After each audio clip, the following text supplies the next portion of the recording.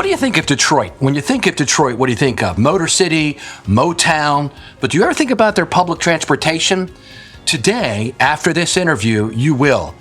I'm Paul Comfort, and this is Transit Unplugged, the #1 podcast for mass transit around the world. On today's episode, I interview Robert Cramer. He's Executive Director of the Detroit Department of Transportation, and he's Chairman of the Board and Acting CEO of the People Mover elevated rail system around the city. I went to Detroit a month or two ago, and I had a fantastic time. I didn't know hardly anything about Detroit. I've only been to the airport. I didn't know it's right across the river from Canada, and you actually look south to see Canada in Detroit. And I didn't know about their fantastic 3-layer transit operations there with the RTA and SMART with my buddy Dwight, and then here, the Detroit Department of Transportation and the People Mover elevated 3-mile loop around the city, which is free. We went there, we filmed an episode of Transit Unplugged TV, which is fascinating, and it's on the air this week on YouTube. You're going to need to, after you listen to this podcast, you're going to want to go right there and see everything you've heard Robert talk about. He's become a good pal of mine now. We hung around, and he showed me all kinds of amazing things in the city. I was very impressed, the downtown area is under big-time renovation. The transit service serves it well and is getting even better under the helm of Robert Cramer. Listen to this podcast and come away amazed at the resurgence of the city of Detroit. All right, I'm in Detroit, Motor City. I'm with Robert Cramer, who is CEO of a lot of transportation here in the city. And we're sitting on the People Mover. Yep. We're here. People Mover elevated 3-mile downtown circulator. We're almost 38 years old, and it's really kind of the center of the hub and spoke system for the entire region. And it also connects with DDOT and SMART, which are the city and suburban bus providers. The streetcar goes right through the edge of our alignment here, and with direct to hotels, convention centers, parks, but also a growing number of residential buildings and uses downtown. People were really, through all of those changes, continues to be a great asset to give people around to. And it's free. It is free. Yeah, last year we had our first year of fare free, and we saw an 80% increase in ridership from the year before, which was our first full year open after COVID. But really what we saw, we have an original fare equipment system, and not only the cost, but the fact that you couldn't transfer from other modes, and you also couldn't use any mobile payment or anything electronic, was a barrier for everyone. Yeah, all different ways. And so we had an opportunity to test it out. We actually created a new sponsorship program, signed up a sponsor for the whole year, and basically that made sure that at least our first year was budget neutral and allowed us to kind of test it out. And like I said, the results were fantastic. Who was the sponsor? Priority Waste. They've signed up to continue for this year as well. But they signed up for us to have to try out the system. They believed in kind of where we were headed as a transportation mobility option, and we're grateful for that. So you'll see their yellow branding actually right outside the window here. There's the badge we have at each station, and that allowed us to try it out. And like I said, the results were great, and really. Even just from a business case perspective, if we were ever going to start collecting fares again, our estimate is we need to invest about $5 million to replace the fare collection system, which is like a 5-year return on investment just to break even. So it's a pretty easy case, and like I said, it's been great as far as really helping us expand the influence and benefits we have for the city. And it's all elevated. Yeah, everything is up in the air. Provides opportunity for a lot of transit-related puns. We're above everyone else, all that sort of thing. But it really is. We did a customer satisfaction survey this past summer. Onboard, in-person engagements, and we found quite a few riders that were riding with no destination. So if you think about it, it's 3 miles, 15 minutes gets you one trip around. I've been on board with people from out of town that ride around once looking out one side, and then they get up and they move to the other side and look out the other window and ride it around. It's a great way to see basically all of the downtown. You're along the river looking down to our neighbors to the south in Canada. You're visiting all of the districts around the downtown area for free. And you can kind of scout out lay of the land. It's like a roundabout, right? The worst you can do is have to ride around until you get to your stop. And it's just something that, it can be beneficial in so many ways. It's really a great economic development tool, but also really does serve to connect transit and mobility options for everybody. last night we were here. We showed us around downtown. Talk to us some about how the downtown is so unique. The sport teams are all close by. You've got it's pretty cool the way it's laid out. Yeah, downtown Detroit is really a very unique, interesting place. Of course, founded in 1701, so there's a long history here as a French fur trading post, actually. But just right where they landed on the Detroit River is in Hart Plaza, which we were yesterday. Yeah, there's a marker there. Yeah, we saw it. Yeah, and just up from there, you've got Campus Martius is kind of the center of town. From there, all of the paths radiate out. Used to be trading trails, turned into major spokes that go out to not only all corners of the city, but also to all of the suburbs that kind of surround the metro area. So downtown, a pretty compact area, has a similar layout to Washington, D.C., where you have hubs and spokes. All the streets are diagonal. There's nothing that's north, south, east, west, and that was part of the Judge Augustus Woodward plan after the fire of 1805. Then only stick around for a little bit, so when you get to Grand Circus Park, that's as far as it goes. From there, it turns into more of a traditional grid pattern. But just downtown, there's tons of great views because you have all of the streets at different angles, and then everything oriented toward the river on Woodward too. And you're right next to Canada. Talk about that. I mean, I can see Canada from my hotel room. I've got history even in my family of people immigrating from Europe through Canada. There's people that have families that are split on both sides of the border. There's quite a few people, especially in healthcare and automotive. There's a lot of people who live in Canada, or residents there, and actually commute to the U.S. every day for their jobs. And you've got a tunnel and a bridge. Yeah, we have a tunnel which was built first, but both over 100 years ago. The bridge, Ambassador Bridge, was built in the 20s. And we're closing in on opening the Gordie Howe Bridge, which is a brand new bridge. It's a little bit farther down the river. But Detroit is, by some measure, the busiest international crossing, certainly with Canada. I was actually talking to someone yesterday that the estimate they have is on the Ambassador Bridge, they have somewhere between 11 to 13,000 trucks every day that cross the bridge. There's a lot of those parts. Of course, it's kind of a sensitive topic these days because that's those parts that are actually moving back and forth across the border as they go through the different stages of manufacturing and engineering. But a very busy and important crossing, but there's also a lot of shared history and culture between the two sides as well. And you've got the 4 major sports teams all within a stone's throw. Right, yeah. The only major city that's got, we have the Red Wings, which are NHL, the Pistons are NBA, Lions, NFL, Tigers, MLB. All of those are within 3 facilities that are within a half a mile of each other. That's amazing, man. Yeah, so when you think about, it's from a traffic and mobility management perspective, there's a lot of effort, and really it is a unique day when there isn't something going on downtown between those venues and the convention center.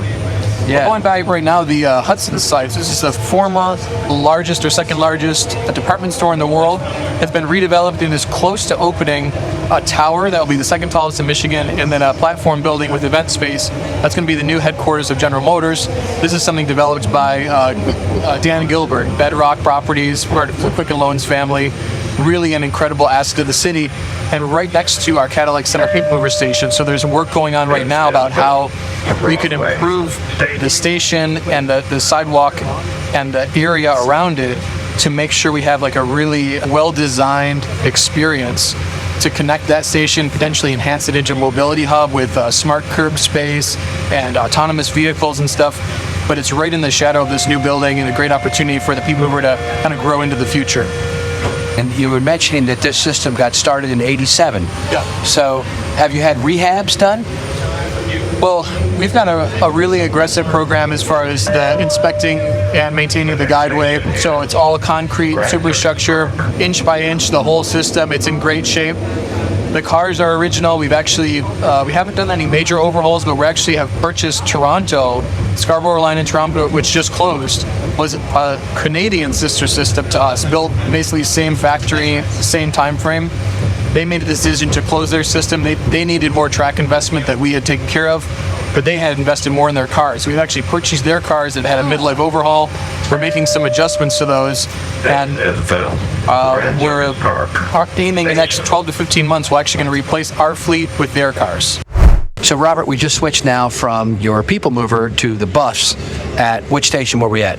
We were at the Rosa Parks Transit Center, which is our main bus transfer center. It's right adjacent to two people mover stops downtown.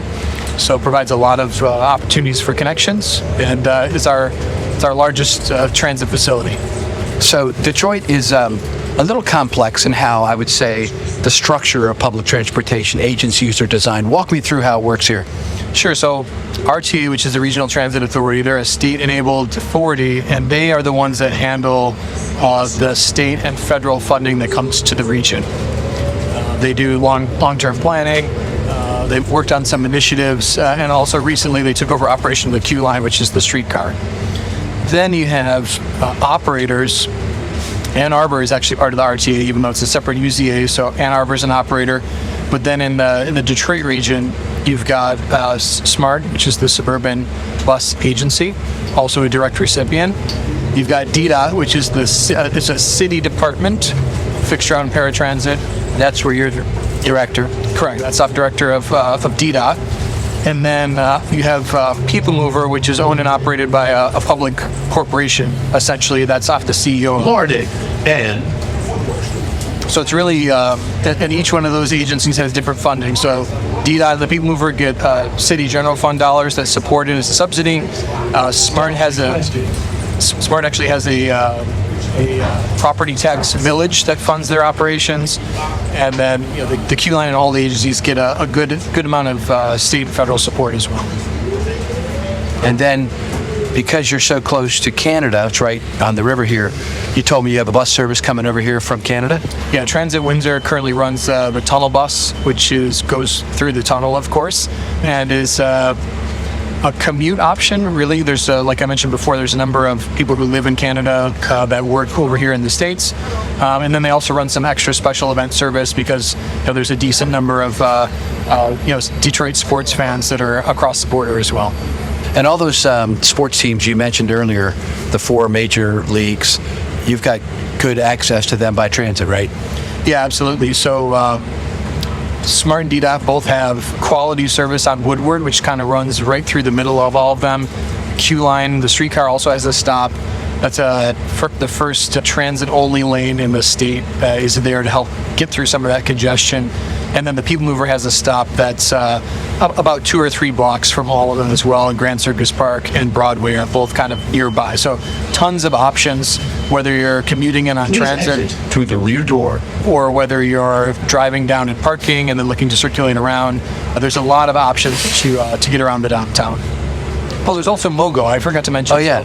So MOGO is a nonprofit that was started a number of years ago that has stations all around the downtown and midtown, which is kind of farther up Woodward. And it's a great option. It's the fixed station, so you've got to ride and park the bike at a station when you go around. But really has been an incredible asset, and is something that's also linked in with all those other options to get people around the downtown. And recently has started expanding north into some of the inner-ring suburbs as well. It's great. We'll be right back. And Robert, I'm going to ask you to talk about your personal career when we come back after this word. Hey friends, it's Paul Comfort, host of Transit Unplugged, and I've got some exciting news to share. Did you know that Transit Unplugged is now a hybrid podcast experience? That's right, we're not just in your ears anymore, we're on your screens too.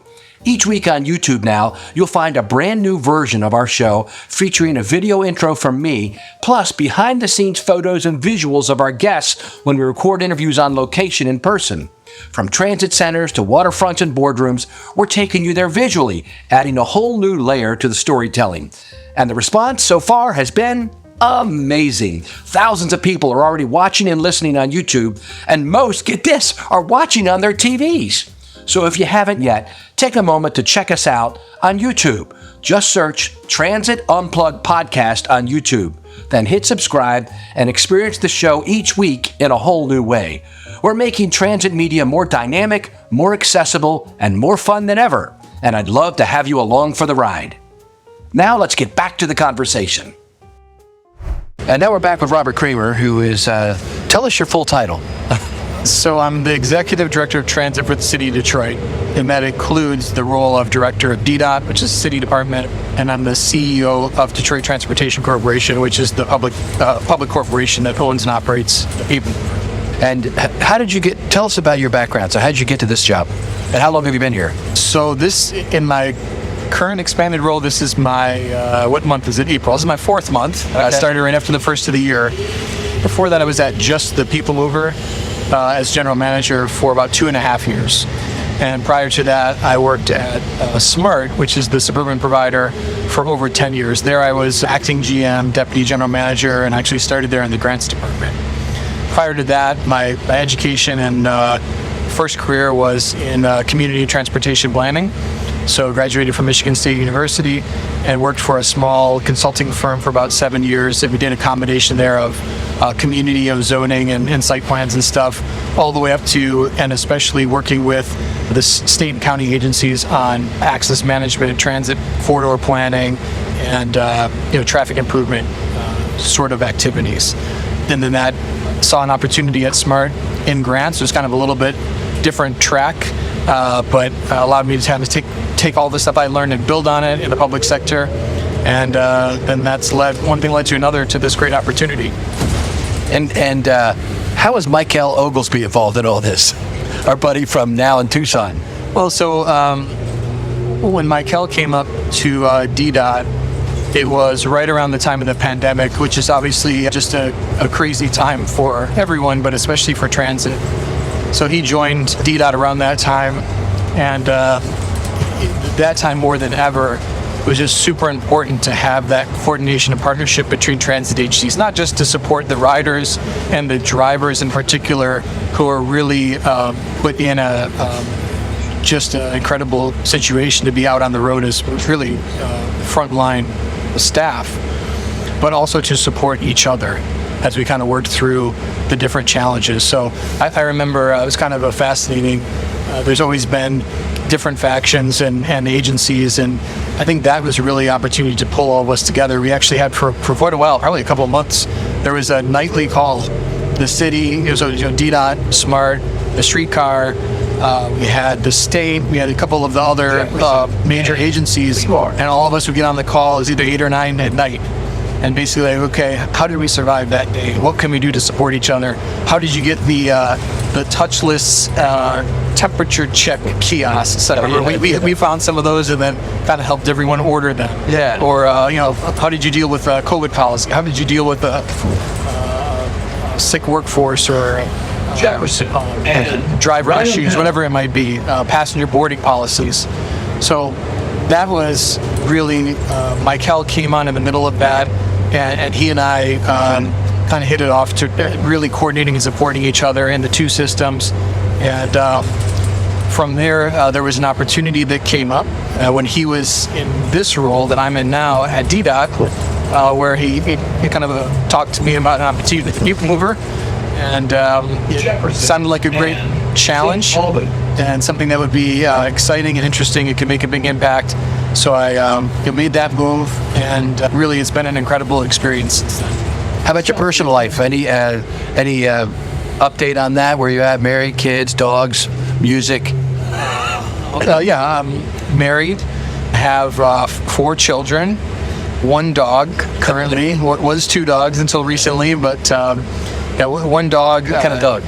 We do rescue dogs. Okay. So she's, we did the old send the swab over, and she's an 8th of 8 different things. So it's very helpful, yes. A mutt. She looks, a mutt for sure. Kind of has a Great Pyrenees kind of coat and look to her, but she's only about 65 or 70 pounds. So it's kind of, but anyway, that's my actually, that's my nightly release. I take the dog on a long walk around where I live, and that's a good release, and of course she likes it as well. So that's my youngest child. My son is in college, and everything's good. Can't complain. That's good. And if you don't mind me asking or saying, you look great. You've lost a lot of weight recently. You're my new hero.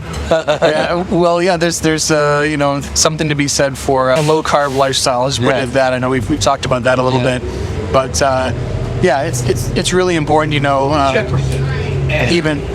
going to the CEO's conference, is it important to realize that there's a lot riding on how successful that we can be as leaders, but also to make sure that we can support each other as well. And I think taking care of ourselves, mental and physical well-being is just really important. It is, yeah. I think I mentioned to you, like, just about less than a year ago, I really decided I have to focus on my personal life and not kind of just react and respond to it, but be the author of what my personal life is going to be, And so, like you now, I'm doing a walk every day, every morning, usually for the last 9 months, unless it's pouring down rain, and trying to eat better too with low carbs. I've lost 20 and got another 50 to go.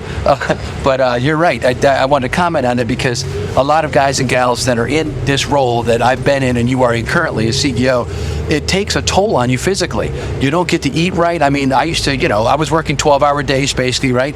Leave the house at 7 in the morning, get home at 7 at night. And sometimes you just eat whatever fast food you have to get and all that stuff. Yeah, absolutely. But I think what makes it, as I'm sure you experienced too, as a public service, and knowing that there's not only so many people at the organization that you're at that are counting on you to support them and help them and help them and Walker have the tools they need to do their job every day. But it's even more important because their ability to do their job impacts literally tens of thousands of people every day. Yeah. So it's you do have to be careful that you're taking care of yourself. But I think transit as an industry, it's easy to get up and come to work every day, even on the tough days, because that kind of impact you have on people.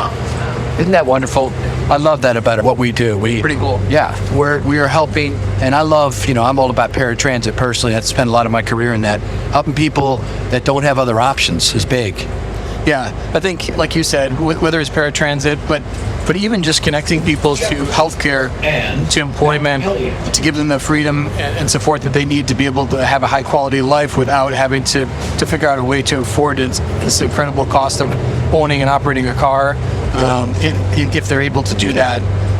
It's just so important to the quality of life in our communities. Yeah, and I guess that'd be my last question. And that is, so we're in Motor City here, right? This is the birthplace of the American automobile industry, really. And yet you've got a strong transit system. Yeah, we've got a lot of support. I think we've got a long way to go. And any transit system hopefully would say that they could always do more and improve.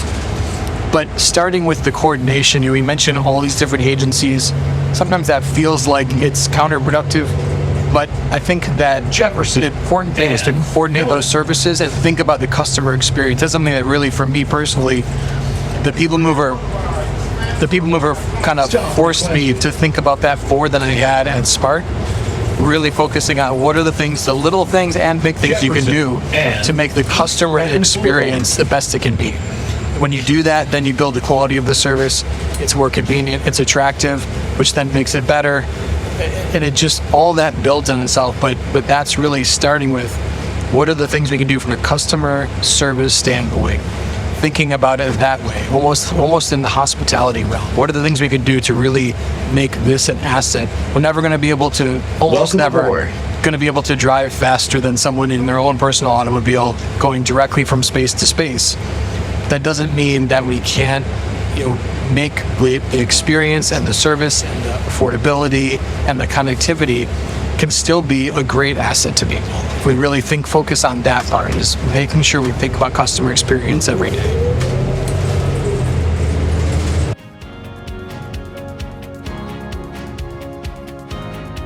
Thank you for listening to this week's episode of the Transit Unplugged podcast. We're so glad you're here. My name is Julie Gates. I'm the executive producer of the show. And our goal is to create programs that promote the great things going on in the transit industry by providing you with behind-the-scenes access with industry executive leadership so we can work together to find innovative industry solutions. We would love to have you be a part of the Transit Unplugged community by having you sign up for our newsletter. Head to the show notes to find the link. Thanks for listening to Transit Unplugged with Paul Comfort, our favorite transit evangelist, and we'll catch you next week. Thanks for tuning in.